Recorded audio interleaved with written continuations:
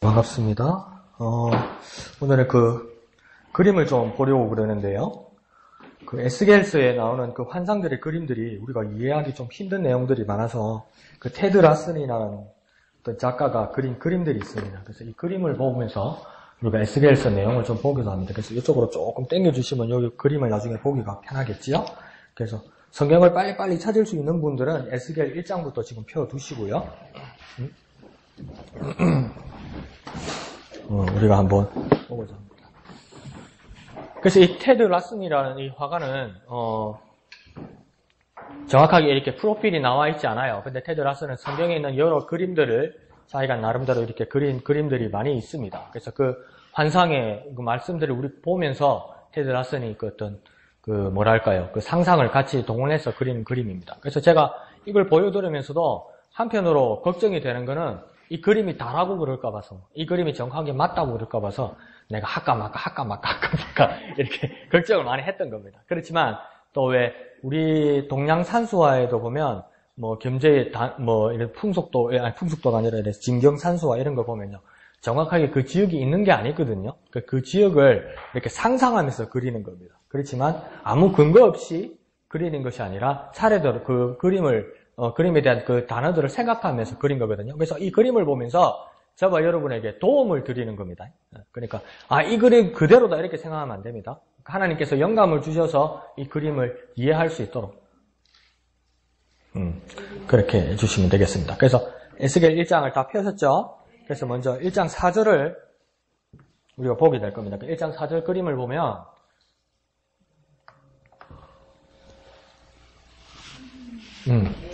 그림이 이제 이렇게 시작되는데요. 1장 4절에 제가 다 읽을 거 아닙니다. 그러니까 자 앞에 그림을 보고 이렇게 다 같이 하셔야 되는 겁니다. 그림을 보면 첫 번째 보면 내가 보니 북방에서부터 폭풍과 큰 구름이 오는데, 그래서 여기서 내가는 누굽니까? 에스겔이 이제 하나님이 주신 환상을 보는데 북쪽에서 이 폭풍과 큰 구름들이 이렇게 날아오는 겁니다. 그러니까 북방에서 구름이 이렇게 오는데, 이게 처음에 구름이 시작될 때는 상당히 대낮이라도 어둡겠죠, 그죠? 어두운데 이 구름이 밀려오는데 그냥 구름이 아니라 비구름이 되니까 비구름과 함께 이 폭풍 그리고 번개 이런 것들이 같이 움직이는 겁니까? 온 깜깜한 데서 구름이 몰려오면서 막 번개가 치는 거죠. 그러면 모든 것이 깜깜한 암전된 상황에서 여기서 막 북쪽에서 이렇게 남쪽으로 내려오는 이 구름들이 뭡니까? 벌겋게 되겠죠.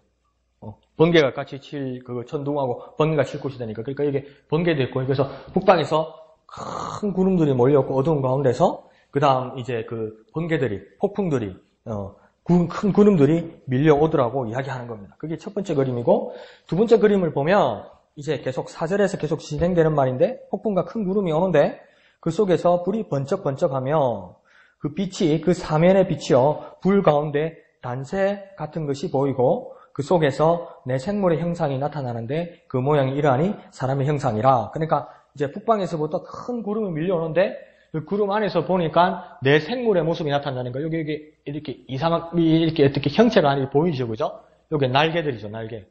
네? 날개들이 몇 개가 있습니까? 하나, 둘, 셋, 넷. 이 네 개의 형상이 있다고 말하는 것, 이 그림을 말하는 겁니다. 폭풍 같은 구름 속에 번개가 치는 곳에 네 개의 현상이 있고, 불이 번쩍번쩍하면서 불 가운데 단새 같은 모양이 있고, 내 생물들의 형상. 여기서 하나, 둘, 셋, 넷. 그런데 이게 단새 같다고 이야기하잖아요. 그래서 단새 같다고 이야기할 때 이 단새라는 것도 여러 가지 해석들이 있습니다. 그래서 단새 같다는 것을 처음에 우리 일반 성경에서 말할 때는 이 단새가 뭘까 이렇게 생각할 때 뭐라고 이야기하냐면 아주 투명한 구리 같다 이렇게 얘기했어요. 근데 투명한 구리가 있습니까? 구리가 앞뒤가 비치는 게 있습니까? 구리를 아무리 깨끗이 닦아도 앞뒤가 비칩니까? 안 비치죠. 그러니까 이 세상에는 없는 겁니다, 사실은. 근데 공동번역 성경에서는 이 단새를 뭐로 번역했냐면 그 녹그릇과 같다, 유리와 같다. 이것도 막 헷갈리는 거죠. 어떤 데는 녹그릇이라고 그랬다가 유리라고 그랬다. 그러니까 세상에서는 없는 것들입니다. 그런데 단새 같은 모양으로 이 불빛이 있다는 것을 표현해야 되니까, 그림으로 물감으로 표현을 해야 되니까 최선을 다해서 어떻게 할까? 그럼 우리가 알고 있는 상황에서 폭풍과 번개를 몰고 오는 큰 구름이 있으면 거기서 불이 번쩍번쩍하면 이 정도의 색깔들이 나타날 것이라고 같이 이제 합쳐서 그린 그림이죠. 그러니까 요한계시록에서도 천국에 대해서 이야기할 때 정금이라고 이야기합니다. 정금은 몇 도입니까? 그러니까 몇 K를 정금이라고 그러죠? 순금을 24K라고 그러잖아요. 그죠? 그러니까 아무리 순수한 금이라도 그 금이 바깥이 비칠 수 있습니까? 없습니까? 이게 만약에 금이라면 이 금이 바깥이 비칠 수 있습니까? 없습니까? 앞뒤가 비칠 수 없죠. 금은 불가능하죠. 근데 요한계시록에서는 뭐라고 하냐면 투명한 정금이라고 이야기해요. 맑은 정금이라고 해요. 맑은 정금이 이 세상에 있습니까? 없습니까? 없어요. 근데 하나님 나라에 있는 것 같습니까? 없는 것 같습니까? 있어요. 그러니까 하나님 나라는 이 세상에 없는 게 있는 거예요. 그러니까 지금 하나님께서 에세에게 보여주는 환상에도 단세라고 이야기하지 않고 단세와 같다고 이야기하잖아요. 그러니까 이 세상에 없는 건데 에스겔이 본 것은 이 세상에 없는 건데 사람들에게 설명해주고 눈으로 보여주기 위해서는 이 모양으로 그릴 수밖에 없었다는 겁니다. 그래서 이런 고민들이 일어났죠. 왜 서양 역사에 보면 게르만족이 대이동을 했다고 그러잖아요. 그 게르만족이 지금으로 따지면 어디냐면 지금 그 독일 민족들하고 그 아리안족들이 게르만 민족이죠. 지금은 우수한 민족들이라고 이야기지만 당시에는 고대 지역에서는 이 게르만족이 야만인이었습니다. 왜 야만이냐면 글을 몰랐어요. 글을 모르는데 이제 이게 유럽 쪽으로 침공해 들어오면서 복음을 증거해야 되는데 복음을 전할 수가 있어야지. 전도지를 가져가가지고 하나님이 당신을 사랑하시고 읽어주면 어디 몇 장 몇 절인지 하면 글을 읽을 수가 있어야지. 그러니까 그때 이제 국영지적으로 생각해낸 방법이 뭐였냐면 그림이었습니다. 그림. 그림으로 하나님이 어떤 일을 하셨다는 것을 보여줘야 되겠다. 근데 여기서 이게 지나치다 보니까 나중에 어떤 문제가 생기냐면 모든 사람들이 생각과 눈이 고정이 돼버린 거예요. 예수님은 이 모양, 하나님은 이 모양, 예루살렘 성전은 이 모양. 근데 정확하게 그 모양인지 누가 알고 있습니까? 아무도 몰라요. 하나님은 알고 계신 거예요. 그런데 뭡니까? 그 모양이 고정돼 버린 거죠. 그래서 가장 큰 오해가 뭡니까? 예수님은 백인입니까? 흑인입니까? 황인입니까? 한번 물어봅시다. 예수님은 백인입니까? 흑인입니까? 황인입니까? 모른다고요? 흑인이라고요? 아니. 백인이라고요? 왜 예수님을 백인이라고 보통 우리 알고 있습니까? 그것만 봤으니까. 그 그림만 봤으니까. 그 영화만 봤으니까. 근데 예수님이 태어난 태생이 어디입니까? 이스라엘이잖아요. 그럼 중동 사람 같이 생긴 거예요. 그럼 황인? 중동 사람 같이 생겼다고요. 그죠? 그러니까 그게 고정이 돼버린 거예요. 고정이 돼버린 거예요. 뭔가 백인이 돼야 뭐 미국 사람처럼 유럽 사람처럼 좀 막 우월한 사람 같고 그렇게 되는 거죠. 근데 그거는 근거가 없는 이야기죠. 그렇지만 그러니까 도움을 주기 위해서 그린 그림들이 나타나기 시작한 겁니다. 그래서 세 번째 그림을 보면요. 이제 그 사람의 형상을 가진 그림이 더 구체적으로 이제 1장 5절에서 이 형상을 설명을 합니다. 1장 5절에서 뭐라냐면 그 속에서 내 생물의 형상이 나타나는데 그 모양이 이러하니 사람의 형상이라 각각 내 얼굴과 내 날개가 있고 이러잖아요. 그러니까 지금 이 모양을 가진 이 사람의 형상을 가진 이 생물이 지금 여기는 하나잖아요. 그죠? 근데 앞에 그림에서는 그 형상이 몇이었습니까? 여기서요. 하나, 둘, 셋, 넷이 있는 거예요. 그러니까 이 넷이 있었는데 이 넷 중에 한 형상을 확대해서 보면 이 모양이라는 겁니다. 그런데 어떤 모양을 가지고 있냐면 사람의 형상 같은데 각각 그러니까 네 얼굴을 가지고 있었죠. 여기 하나, 둘, 셋, 네 얼굴을 가지고 있다는 겁니다. 이 모양을 가지고 있다는 겁니다. 설명드릴게요. 천천히.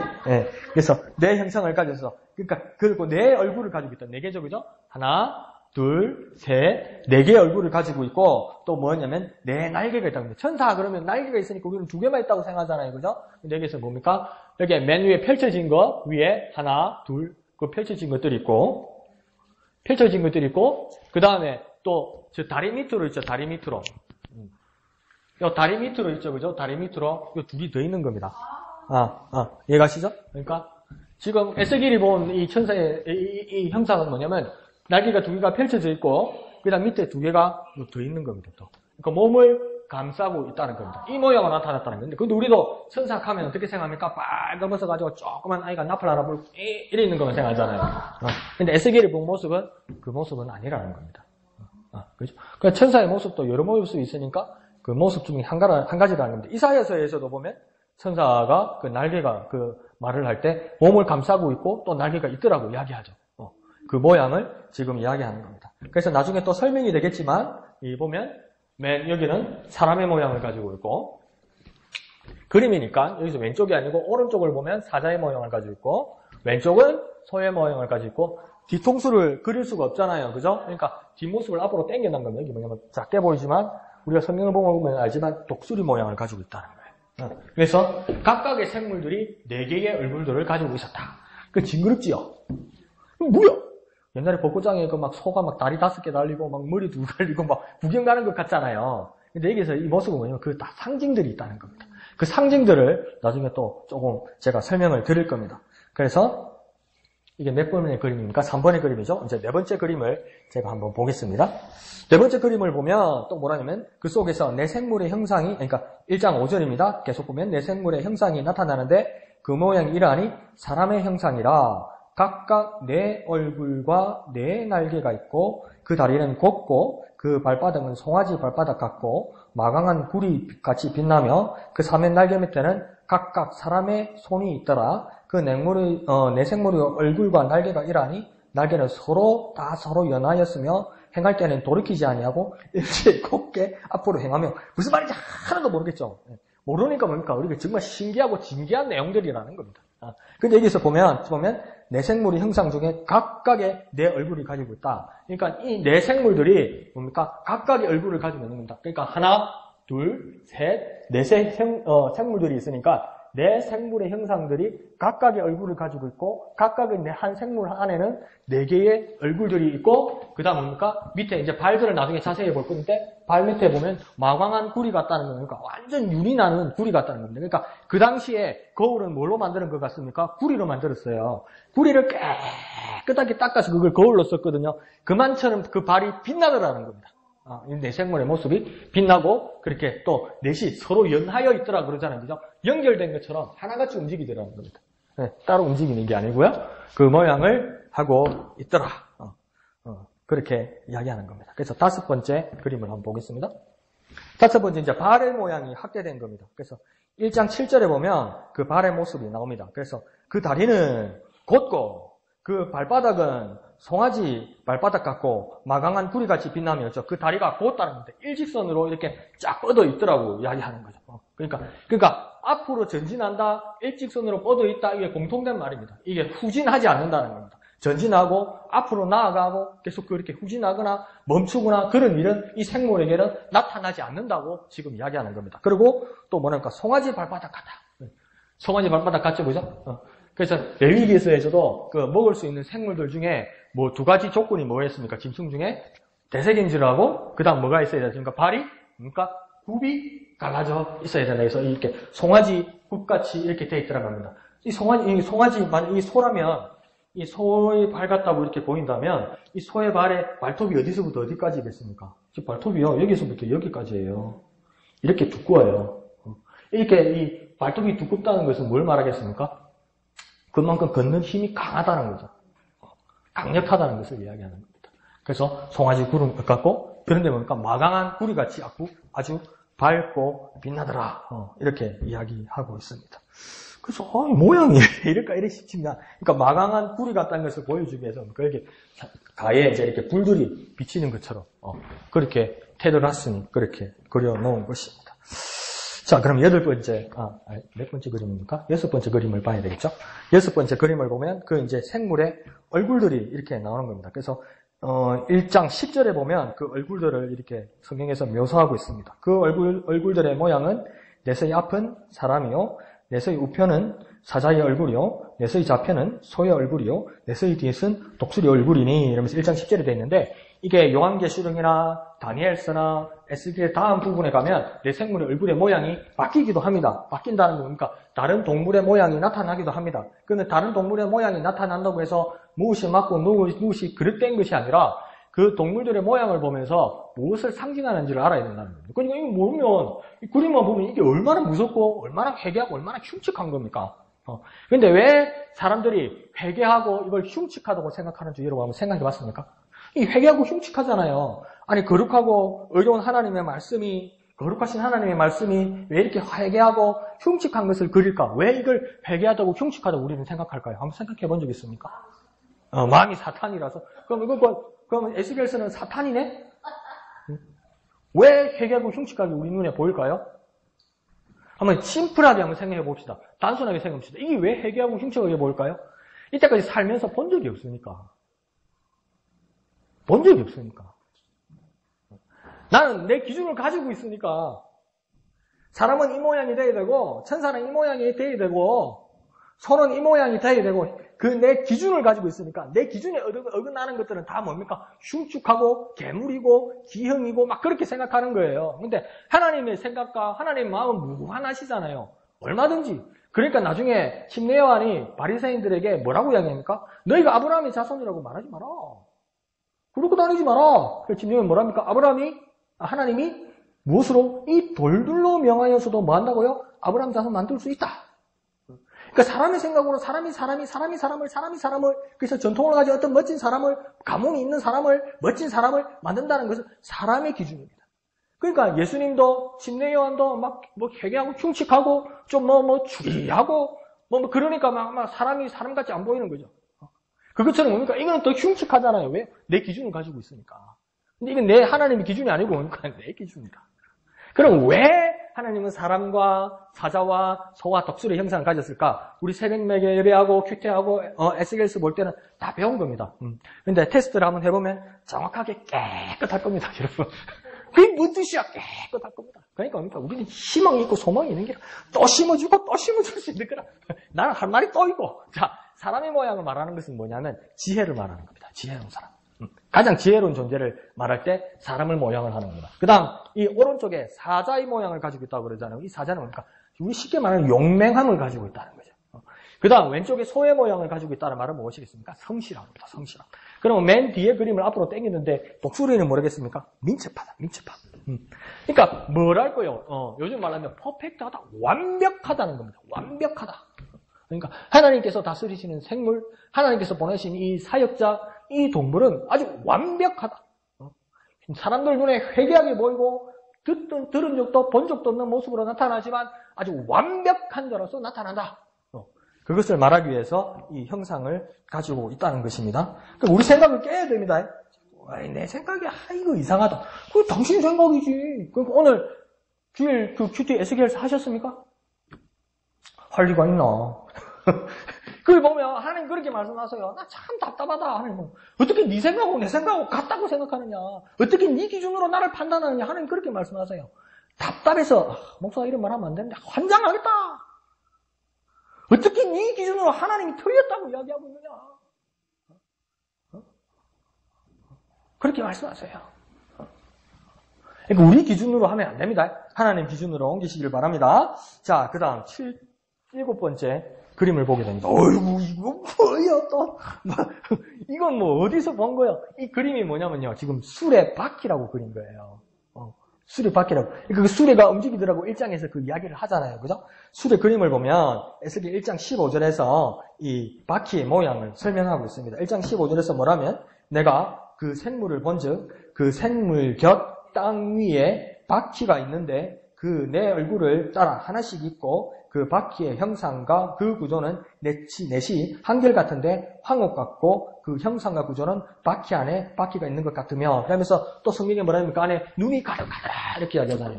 그러니까 지금 그 당시에 그 고대 사회 당시에 고대 근동 사회 당시에 이 수레가 있으면 뭡니까? 사람이 끌거나 이 짐승들이 끄는 그 수레에 그 바퀴일 거 아니에요. 그러면 수레에 바퀴가 몇 개 있습니까?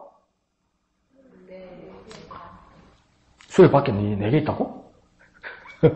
니 아까에 바퀴 몇 개 있습니까? 그래, 2개. 2개. 오른쪽에 1개, 왼쪽에 1개. 비싼 리아카 밀고 다니지 말라니까.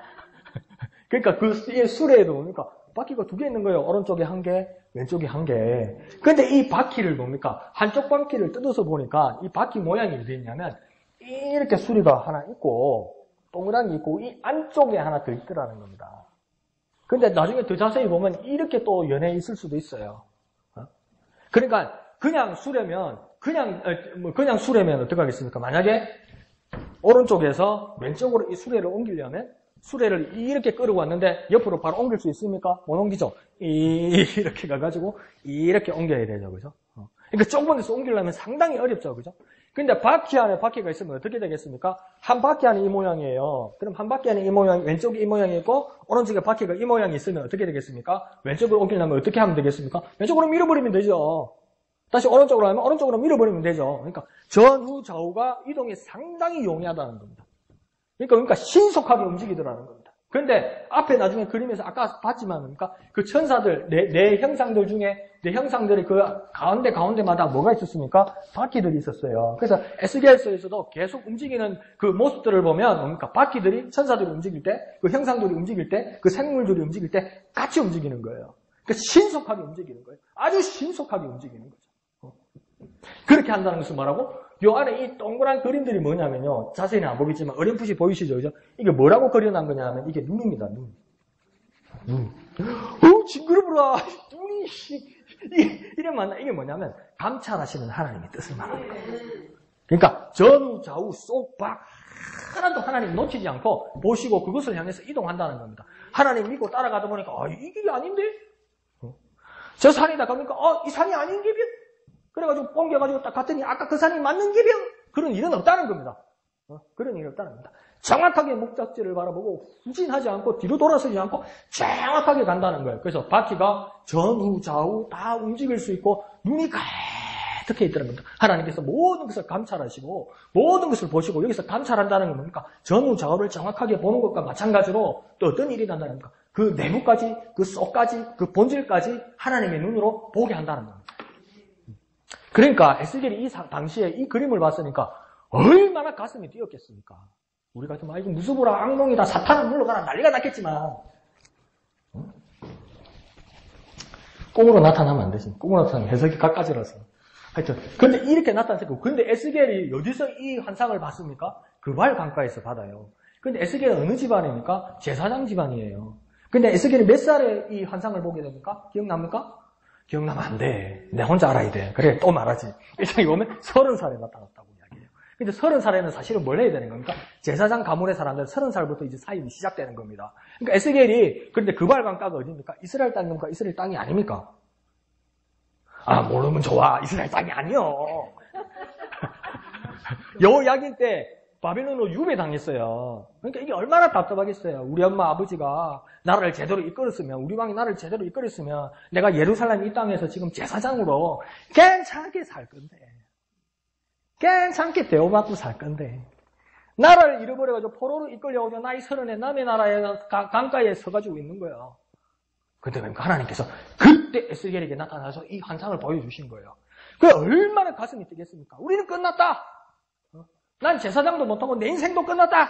근데 막 하나님이 내 생물을 보여주면서 막 이 눈이 달린 것을 보니까 봐, 너는 안 보이지? 그러니까 이 그림만 봐도 눈이 가득 차 있는 데서 막 모든 것을 움직일 수 있으니까 너는 안 보이지? 막막하지? 깜깜하지? 그러니까요, 그게 뭡니까? 어떤 충격적인 소리를 듣거나 미래가 안 보일 때 나타나는 초기 증상이 뭐냐면 앞이 노랗답니다요. 하늘이 노랗답니다요. 그 다음 말기 현상이 뭔지 압니까? 앞이 깜깜하답니다요. 그러니까 앞이 깜깜한 상황에서 이런 것이 나타나서 하나님께서 역사하시고 하나님께서 이끄신다는 그 말씀을 들었을 때 에스겔의 무서움보다 뭡니까? 얼마나 가슴이 뛰었겠습니까? 야, 하나님이 인도하시는구나. 하나님이 역사하시는구나. 여러분 깜깜하고 막막한 상황에서 하나님 말씀이 여러분을 깨닫게 하실 때 그 놀라운 일이 일어날 때 얼마나 가슴이 뛰어야 됩니까? 아이고 하나님 또 이러시다가 말 거야. 그런 마음 갖지 말고 하나님께서 역사하시고 하나님께서 이끄신다고 생각할 때 하나님께서 보고 계신다고 이야기할 때 우리 지점이 23집 답답해서 환장을 해요. 나는 아파 죽겠는데 병원만 가면 괜찮대. 병원만 가면 괜찮대. 나는 아픈데 괜찮대. 답답한 상황이죠. 자, 의사가 잘 몰라요 지금. 근데 어느 유명한 의사를 만나면 알 수도 있어요. 그런데 뭡니까? 의사도 모르고 내도 모르고 다 모르는데 누가 알고 있는 것 같아. 누가 알고 있겠습니까? 하나님을 알고 있어요. 하나님을 알고 있으니까 우리는 뭡니까? 가슴이 뛸 수 있어요. 아이고 이거 아무도 모르네. 이거 이제 앞으로 어떡할까? 이렇게 생각했을 때 우리의 믿음이 가슴이 이 막막한 상황에서 가슴이 뛸 수 있는 이유는 뭡니까? 저 수리밖에 눈이 가득해서 모든 것을 바라볼 수 있는 것처럼 하나님의 눈은 내 모든 사정과 내 모든 상황과 내 모든 것을 알고 계신다는 거예요. 하나님만이 이 모든 것을 알고 있다고 생각할 때 우리 가슴이 뛰어야 될 거 아니에요. 하여서 강 목사가 안 뛰는데 병신도가 뛰겠단 말 아니요. 목사를 너무 서셔야죠. 그죠? 가슴이 뛰어야 되는 겁니다. 하나님 다 알고 계십니다. 자, 이 그림을 보여주는 거고, 8번째 그림을 보면, 이건 또 뭐예요? 자, 에스겔서 1장 22절입니다.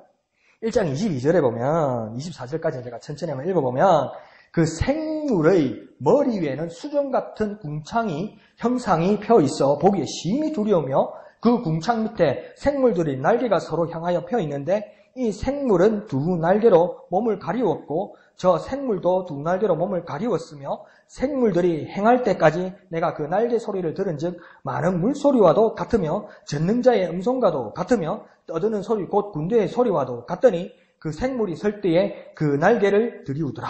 이렇게 잤어요. 그 다음 26절에서 28절을 한번 읽어볼게요. 26절에서 28절 보면 그 머리 위에 있는 궁창 위에 보좌의 형상이 있는데 그 모양은 남보석 같고 그 보좌의 형상 위에 한 형상이 있어 사람의 모양 같더라. 내가 본즉 그 허리 이상의 모양은 단새 같아서 그 속과 주위가 불 같고 그 허리 이하의 모양은 불 같아서 사면으로 광채가 나며 그 사면의 광채의 모양은 비오는 날 구름에 있는 무지개 같으니 이는 여호와의 영광의 형상의 모양이라. 내가 보고 곧 엎드려 그 말씀하신 자의 음성을 들으니라. 아멘. 무슨 말인지 모르는 거죠, 이거 읽으면. 그냥 믿으세요. 믿는 자에게 능치 못함이 없어요. 아니, 그 말도 맞는데. 뭘 알아야 면장을 하고, 감이라도 와야 따먹고 뭘 하지. 그래서 이 그림이 도움이 될 수도 있을 것 같습니다. 그래서 내 생물의 처음에 나도 이제 나이가 들어가지고 이래야 보이네. 22절에 보면 그 생물의 머리 위에는 수정 같은 궁창이 있어야 되잖아요. 그러니까 생물은 아까 보았던 뭡니까? 이 네 생물이죠. 그죠? 하나, 둘, 셋, 네 생물들이 있죠. 그죠? 밑에 있는 거예요. 근데 네 생물이 옆에 희미하게 보시면 뭐가 있습니까? 앞에 보았던 바퀴들이 있는 거죠. 그죠? 이 바퀴들이 이동했다는 겁니다. 그런데 이 네 생물들의 머리 위라고 그러잖아요. 이 머리 위잖아요. 그죠? 머리 위에 궁창이 있다고 이야기하잖아요. 하얀 걸 표현한 거예요. 그러니까 둘째 날에도 하나님께서 천지를 창조하신 뒤에 어떤 모양이 나타납니까? 궁창이 있다고 이야기했잖아요. 그 궁창을 하늘이라고 번역할 수도 있고요. 그 궁창을 공간이라고 번역할 수도 있어요. 그러니까 여기서도 뭡니까? 공간, 하늘이 이 궁창들 위에 있다라는 겁니다. 그러니까 이 네 생물이 범접할 수 없는 곳에, 한계가 있는 곳에 있더라는 겁니다. 네?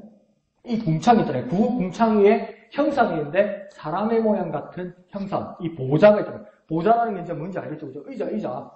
임금이 아니라 의자. 그 보좌가 있어. 그 보좌의 모양이 사람의 형상 같더라. 이렇게 얘기하는 거예요. 그러니까 사람이라는 겁니까? 아니라는 겁니까? 아직은 사람인 줄 모른다는 겁니다. 근데 사람의 모양 같더라고 이야기하잖아요. 근데 사람이다 그러면 됩니까? 안 됩니까? 안 된다는 겁니다. 그런데 우리가 이해하기 위해서 사람처럼 그렸다는 겁니다. 이해하시죠? 그죠? 이해를 돕는 거지 정확하게 이 그림이 아니라는 겁니다. 오늘 밤에 집에 가가지고 이거 보게 해주세요. 이거 보게 해주세요. 그러고 잠들면 안 됩니다. 잠 안 오거나 개꿈 꾸거나 그럽니다. 근데 그 모양을 말하면서 내생물들이 있고 그 보좌의 형상이 있고 그래서 허리 이상에도 단새 같아서 그 속과 주위가 붉었고 그러니까 이 허리 이상의 모양에서 단새와 같이 붉게 빛나더라는 겁니다. 그리고 허리 이하에도 밝은 빛들이 있더라. 그러면서 이 모습을 이야기합니다. 그러니까 모양들이 이렇게 일어나는 거죠. 그러니까 이 보좌의 형상, 사람의 형상 같은 이가 이 사이에 내생물들 사이에 구름이 있고 구름 위에는 구름이 있고 그 밑에 머리 위에 구름이 있다고 말하는 이 내생물들 사이에 이 내생물이 완벽하고 강력하고 모든 것을 할 수 있고 모든 것을 바라볼 수 있고 어디든지 이동할 수 있고 막 이 그림을 보면 뭐라고 이야기합니까? 맑은 물소리와도 같고 전능자의 음성 같기도 하고 큰 군대의 소리 같기도 하고 4명밖에 없는데 어떻게 보면 4명밖에 없는데 그런 강력한 소리가 난다는 겁니다. 그러니까 하나님의 군대와 같기도 하고 맑은 물소리와 같은 것은 어디서 또 나타납니까? 요한계시록에서도 나타나죠. 맑은 물소리가 어떤 겁니까? 고운 소리, 맑은 소리, 영창 피아노, 영창 이런 소리입니까? 그러니까 맑은 물소리 같은 게 들어보지도 못한 소리라는 거 아닙니까? 이 세상에 없었던 것을 에스겔이 지금 보게 되었다는 겁니다. 이 그림들이 이제 이렇게 나타나는 겁니다.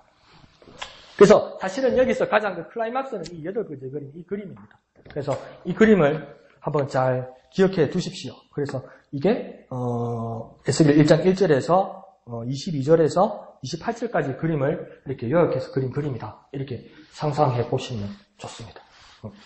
좋죠? 그럼 9번째 그림을 보겠습니다. 9번째 그림을 보면 에스겔서 2장 9절에 나오는 그 말씀입니다. 2장 9절에 보면 내가 보니 한 손이 나를 향하여 펴지고 그 손에는 두루마리 책이 있더라. 그러니까 이 내가 보았다는 이 나는 에스겔이겠죠. 그죠? 에스겔이 보니까 한 손이 나를 위하여 펼쳐있다. 한 손이 뭡니까? 커다란 손이 나타나서 에스겔을 향하여 손을 펼치는데 그 손 안에 두루마리 책이 있더라. 그러니까 이제 여기서 우리가 도움받을 수 있는 건 뭐냐면 우리가 그 성경을 본다고 할 때 누가복음에서도 예수님께서 공생의 사역을 시작하실 때 그 회당장이 그때 회당에서 그 풍습은 뭐냐면요. 어떤 권위가 있거나 어떤 깨달은 말씀이 있거나 이런 사람이 있을 때 자유롭게 안식일날 회당 앞에 나와서 그 아무 결함이 없는 사람이 성인 남자가 와서 그 말씀을 읽는 게 그게 간섭입니다. 그러니까 그 당시에 예수님께서 공생애를 시작하면서 예수님이 그 당 앞에 섰죠. 그래서 읽을 성경이 인정하고 그럴 때 이사야 성경을 읽고 나서 뭐라고 합니까? 이 말씀이 오늘 너에게 응했다 이렇게 이야기해요. 그럼 우리는 뭐라고 했습니까? 이사야서 말씀이니까 자 여러분 성경 이사야서 찾겠습니다. 구약 성경 몇십 페이지 50장 1절 다 찾았어요. 다 같이 시작. 이게 안 됩니다. 이게 왜 안 됩니까? 책이 이 모양이에요. 두루마리로 돼가지고 여기서부터 차례대로 쫙 오른쪽에서부터 왼쪽으로 쭉 써나가는 거예요. 근데 더 웃기는 건 뭐냐면 그 당시 히브리어에는 띄어쓰기 없습니다. 그러니까 이 성경을 읽는 자체가 능력자입니다. 그러니까 성경을 잘못 읽어서 우리가 한글도 띄어쓰기가 없으면 아버지 가방에 들어가신다 이래밖에 못 읽잖아요. 그런데 딱 붙어 있는 것을 딱딱 잘 끊어서 아버지가 방에 들어가신다 이렇게 읽는 게 능력입니다. 능력. 그러니까요 히브리인들이 히브리어가 그렇게 어렵대요. 하기사 나도 알파벳이 가물가물할 정도인데 히브리어가 그렇게 어려워서요. 히브리어를 그 고대 히브리어를 가장 잘 아는 사람이 누구겠습니까? 랍비들 아닙니까? 랍비들. 근데 랍비들이 히브리어 성경을 석 달만 안 보면 성경을 못 읽는답니다. 책을 펴도 못 읽는답니다. 그러면 이게 은혜입니까? 은혜가 아닙니까? 은혜 아닌 것 같죠? 근데 이게 은혜입니다. 왜요? 만날 보는 거야. 우리는 안 봐도 읽으니까 안 보는 거예요. 안 봐도 읽어지니까 그러다가 평생을 안 보는 거예요. 평생을. 이게 은혜인지 아닌지 모르겠어요. 평생을 안 봐요. 좋죠. 베개로 쓰기 좋죠. 요즘은 뭐. 거기에다가 막 가죽으로 되어 있으니까 얼마나 막 볼때기에 보들보들합니까? 근데 히브리인들은 지금도 석 달을 안 읽으면 못 읽습니다. 그러니까 예수님께서도 이사야서를 읽었을 때 오늘 이 말씀이 너희가 응했다고 그럴 때 예수님이 엄청난 능력자라는 게 벌써 거기서 나타나는 겁니다. 그 부분을 찾아서 읽는다는 게. 그러니까 바울이 가말리엘 문화생으로서 그 성경을 알아서 그 구약 성경을 그 자기 서신서에서 인용을 하잖아요. 그죠? 그게 엄청난 능력입니다. 그게요. 그 처음부터 끝까지 다 봤다는 겁니다. 그러니까 그 당시에 서기관들은 있잖아요. 영원한 방 구조에 있는 이 두루마리들 성경들 있잖아요. 이걸 외울 정도랍니다. 그러니까 우리는 너무 좋은 세상에 태어나서 옛날에는 그래도 성경만 있으면 무슨 말씀이 있습니까? 그러면 막 가물가물하면 성경 처음부터 끝까지 막 찾고 이런 게 있는데 요즘은 막 스마트폰이고 컴퓨터가 단 하나 치면 그냥 다 나오니까 더 게을러지고 인생이 더 저주받은 것 같아. 내가 솔직히 말해서. 근데 히브리인들은 그렇게 할 수가 없었어요. 그 말씀이 지금 에스겔에게 나타났다고 지금 말하는 겁니다. 그럼 10번째 그림을 한번 볼까요? 10번째 그림을 보면 이것이 2장 10절에서 나오는 말씀인데요. 그가 그것을 내 앞에 펴시니 그 안팎에 글이 있는데 애가와 애곡과 재앙의 말이 기록되었더라. 그렇게 말씀하시죠. 애거와 애곡과 자주 슬픈 말, 아주 무서운 말씀들, 경고의 말씀들이 있습니다. 그러면 목사님 이건 안 보는 게 좋겠는데요. 안 보는 게 좋죠. 근데 모르는 게 좋을까요? 모르고 당하면 억수로 아플 낀데 모르고 뒤통수 맞으면 막 불이 번쩍할 낀데 알고 있으면 날라오면 피할 수는 있을 건데 그러면 뭡니까? 재앙과 애곡의 하나님의 말씀을 우리가 받아서 그것을 읽게 되면 뭐가 할 수 있는 겁니까? 회개할 수 있고 변화할 수 있고 그 애곡과 재앙을 뭡니까? 피할 수 있는 겁니다. 어쩔 수 없는 상황은 없어요. 하나님을 믿는 사람이면 예수를 믿는 사람이면요. 어쩔 수 없는 상황은 없어요. 어쩔 수 없었다는 상황은 없어요. 하나님께서 주시고 하나님께서 알려주셨으면요. 그것을 피할 수 있고요. 이건 당하는 것이기면 너는 어쩔 수 없다. 그런 말씀은 없어요. 왜 지금 에스겔서를 통해서 앞으로 일어날 일에 대해서 하나님께서 에스겔을 통해서 왜 그렇게 미리 말씀해 주시겠습니까? 넌 그렇게 당하는 거야.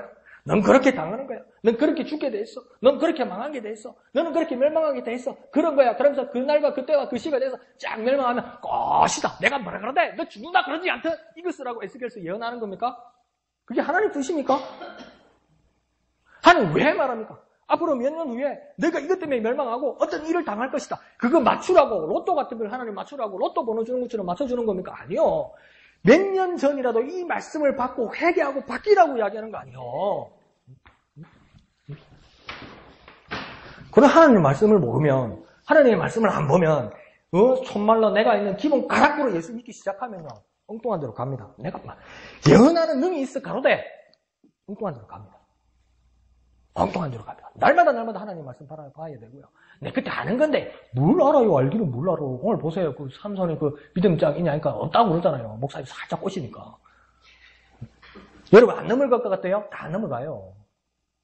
꼬시면 다 넘어가요. 왜? 하나님 말씀 안 보니까. 안 봐도 기억니은 띠끌리에 아야 어여 다 아니까. 안 됩니다. 그러면 안 됩니다. 그래서 하나님께서 이 극단적인 상황을 보여주시게 되는 거죠. 그림이 몇 번까지 있는 줄 압니까? 지금 10번째 봤는데 34장 있습니다. 오늘 밤에 가서 다 못 봅니다. 근데 키는 여기까지입니다. 사실은. 키는 여기까지입니다. 뒤에 막 별 희한한 그림이 다 있는데 오늘 우리 아래층에서 그거 한 거 있잖아요. 큐트한 거. 그런 그림도 있습니다. 그거 보면 안 보는 게 좋겠죠, 그죠? 안 보는 게 은혜입니다. 그거는. 목사님 그 그림은 안 보는 게 은혜입니다. 예루살렘 여인이 희롱하고 다무스를 위해 애국하고 막 리얼하게 그릇이 있으니까. 죽이 와전하는데 그걸 또 봤어. 참 못 보여주겠다. 그러니까 이게 희한한 그림들이 있습니다. 그 그림은 제가 SNS로 내가 올려보든지 뭐 그렇게 할다니까. 인터넷 보면 다 있는 거예요. 제가 뭐 가져온 거 아니니까. 그러니까 오늘 키는 뭐냐면 요 그림입니다. 이 그림? 이 그림이 다 크게지만 다 압축되어 있는 내용입니다. 그래서 하나님께서 이렇게 바라보시고 역사하신다. 역사하신다. 이걸 기억하셔서 정말 하나님 말씀에 도전받으시고 하나님께서 우리에게 소망을 여전히 가지고 계시고 정말 하나님 나라 가면 여러분 그런 걱정한 적 없습니까? 하나님 나라 가면 영원히 기뻐하고 영원히 하나님을 찬양하고 막 금이 있고 막 보석들이 있고 막 그런데 그게 근데 한편은 그런 생각 아닙니까? 와 좋긴 좋은데 그 금덩어리 그 다이아몬드 어디 갖다 쓰지? 어디 갖다 쓰지? 천국 가면 전당포가 있을라나? 천당 가면 감정원이 있을라나? 그 금덩어리 어디다 쓸랍니까? 그 금덩어리 어디다 쓸랍니까? 그거 어디다 쓸랍니까? 거기서 누리는 거죠. 그 누리는데 그거 뭐 돈도 없어서 값어치를 그 어떻게 측정할 겁니까? 다 금인데. 다 금인데.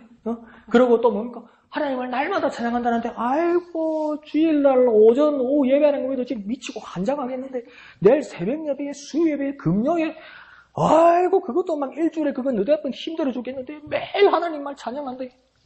매일 하나님만 예배한대. 좋은 것도 한두 번이지. 근데 끝도 없어. 영원히 찬양한다. 이 지루한 고통을 어떻게 참을 거냐고요. 지옥도 한 번씩 왔다 갔다 해야 되나 이런 마음 들지 않습니까? 세상이 판단하는 시간과 측정과 보석의 가치가 아니라는 겁니다. 내가 지금 끼고 있는 이 금 모습의 금이 하나님 나라에 있다고 착각하면 실망할 겁니다. 그럼 그렇게 측정할 겁니까? 내 집이 가니까 하나님 나라 가니까 내 집이 금으로 된 지붕으로 돼 있어. 지붕으로 돼 있어. 그럼 실망할 거예요. 왜요? 하나님께서 예비하신 내 집이 지붕이 금으로 돼 있으면 이 금이면 그런 생각할 겁니까? 주님 감사합니다. 주님 내 집을 금으로 지붕을 칠해주시고 지붕으로 만들어주시고 도금도 아니고 순금으로 막 기와장을 착착착착 올려주시고 주님 정말 감사합니다 하면서 속에 뭐라 생각했습니까? 저기 세상으로 가면 돈이 얼마인데 그렇게 생각하고 있을 겁니까? 예? 그 저주받은 거예요 그러면. 세상 바라보고 있잖아요. 세상 바라보고. 롯의 부인처럼 뒤로 돌아보는 거하고 뭐가 달라요? 그런 금이 아니라니까. 우리가 상상하는 거 이상. 여러분 마음껏 상상하세요. 근데 여러분 상상하는 거 이상입니다. 그것만 딱 알아두세요. 여러분 최대한 상상하십시오. 하나님 나라에서 최대한 소망을 가지시고 최대한 상상하십시오. 여러분이 딱 하나님 나라 가면 내가 예언하는 능이 있을 거로되 여러분의 상상하는 거 그 이상입니다. 그 이상. 듣지도 못하고 보지도 못한 겁니다. 날로 새로운 거예요. 하나님은요 언제 태어나셨어요? 영원 전에 태어나셨어요. 하나님 언제까지 계실 것 같아요? 영원까지 계실 거예요. 그 영원 전부터 계시고 영원까지 계실 하나님 앞에 내가 그 영원의 시간이 들어가는데 내가 왜 지루하겠습니까? 지금 할 수가 없지. 그런 하나님 나라에 간다는 겁니다. 상상이 안 가지요. 상상이 가면요. 벌써 여러분 그렇게 미치고 환장하겠죠. 그죠? 그런 상상하는 것 이상입니다. 오늘 그것만 딱 기억해 주십시오. 상상하는 것 이상이다. 하나님 나라는 상상하는 것 이상이다. 내가 상상하는 것 그 이상이다.